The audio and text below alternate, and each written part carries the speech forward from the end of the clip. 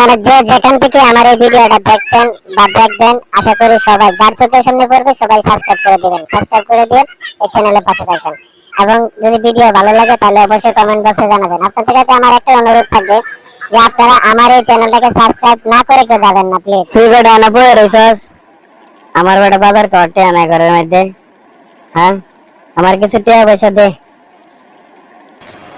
ও মাগো, মন্দির ভোলাই কয় কি? মন্দির ভোলাই কি টিয়া আমার কাছে কামাই করে রাইখা গেছে? হ্যাঁ, মন্দির ভোলাই টিয়া আছে, আমি টাকা পয়সা দিতে পারতাম না? তুমি বড়টার কাছে যাও, আমার কাছে টাকা পয়সা আর নাই। আমার নিজের চলার মতন টিয়া নাই, হ্যাঁ আইসা আমার টিয়া নিবার লাগে। আমি তোর বাবা হয়ে তোর কাছে আইলাম কটা টিয়া লাগিয়া, আর তুই আমার এমন ভাবে কথাটি বললি? আচ্ছা বাপ, তোরে আমি লালন পালন করে মানুষ করছি, ভুল করছি, তোমার টিয়া পয়সা আমার লাগতো না। আমি যে এখন কি করব, আমার কাছে একটা টাকাও নাই বাজার খাওয়ার মতন। এই ফ্যামিলিটা নিয়ে আমি কিভাবে চলি? আল্লাহ গো, তুমি একটা উপায় বের করে দাও। এই যে ছেলেদের কাছে আমি গেলাম, ছেলেরা একটা টাকাও দিল না। এখন আমি কি করব, কার কাছে যাব?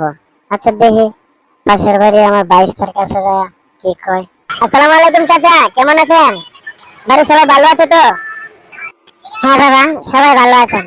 তো আমি তোমার কাছে একটা দরকারে আসছিলাম বাবা। আচ্ছা চাচা, আপনি কি দরকারে আসছেন সেটা আমাকে বলেন। বাবা, আমার না কিছু টাকার প্রয়োজন, আমি খুব অভাবের ভিতর আছি। আমি আমার ছেলের কাছে গিয়েছিলাম, সে আমাকে টাকা পয়সা দেয় নাই, বরং সে আমাকে দূর দূর করে তাড়িয়ে দিয়েছে। এখন তোমার কাছে যদি থাকেন তাহলে তুমি আমাকে কিছু টাকা দিয়ে সাহায্য করো। আচ্ছা চাচা, আপনি যেহেতু আসছেন, তো এই মুহূর্তে আমার কাছে টাকা নাই। আপনি সন্ধ্যার পরে এক সময় আমার কাছে আইসেন, আমি আপনাকে যত টাকা লাগে আপনার জন্য আমি রেখে দেবো, আপনি নিয়ে যাবেন, সমস্যা নাই। আচ্ছা বাবা, তুমি আমার জন্য 2000 টাকা রাখো। তুমি আজ আমার যে উপকার করলে, আমি তোমার জন্য সারা জীবন দোয়া করবো। ভালো থেকো।